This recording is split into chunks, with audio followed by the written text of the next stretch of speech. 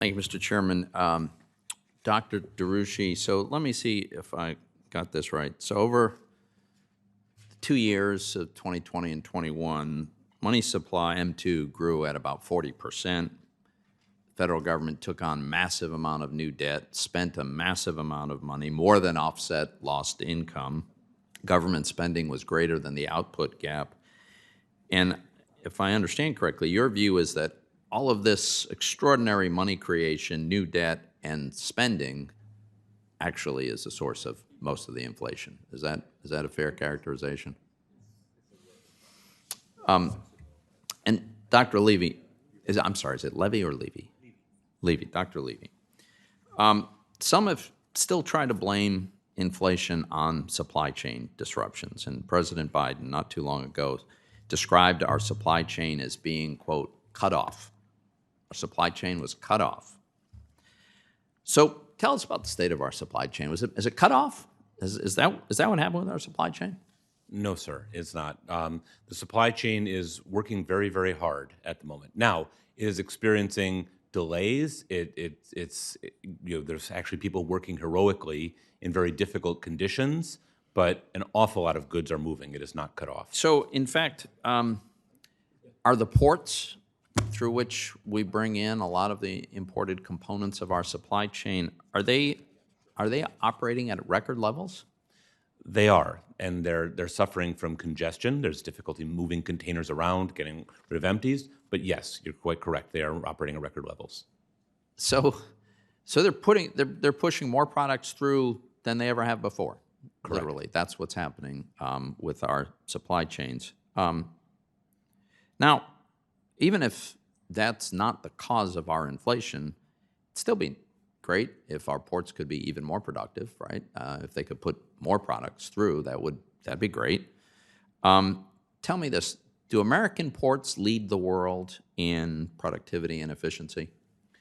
Sadly, they do not. If you look at independent rankings of port efficiency, American ports don't tend to rank especially high. There's room for improvement. Dr. DeRucci, do you have any views on what could be done to increase the productivity and the efficiency of our ports? With the caveat that it's not my area of expertise, I mean, there's no doubt that there's a lot of room for improvement. As Dr. Levy has said, like when you look at most ranking, the U.S. ports never rank in the top 50. In fact, I went and looked at the World Bank's Container Port Performance Index, and not a single port so made it to the top global 50 ports. And the largest U.S. port, Los Angeles and Long Beach, which account for 40% of loaded import nationally, ranked 328th and 333.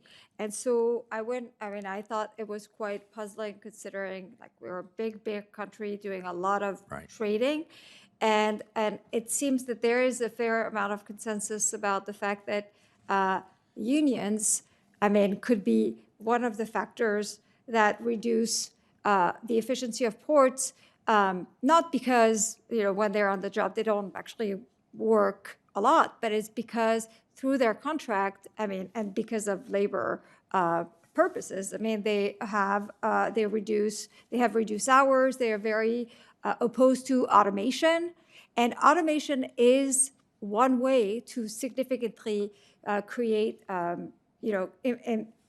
increase in efficiency. And we can see it like a lot of our ports apparently are manually, the cranes are manually operated, which isn't the case in a lot of Asian ports. They don't function 24/7. It's hard. It's a hard transition from what we have now to what other ports have, but we're far from what we could do. So that makes it more expensive to process goods through our ports than it needs to be. Absolutely, yeah. Well, and again, not my area of expertise, but it does look that it's not for. It's just pretty lucrative to work at a port, and so Yes. No, my understanding is wages are extraordinarily high. Some of the highest labor wages in America are at our ports. What's maddening is the leadership of organized labor resisting the automation.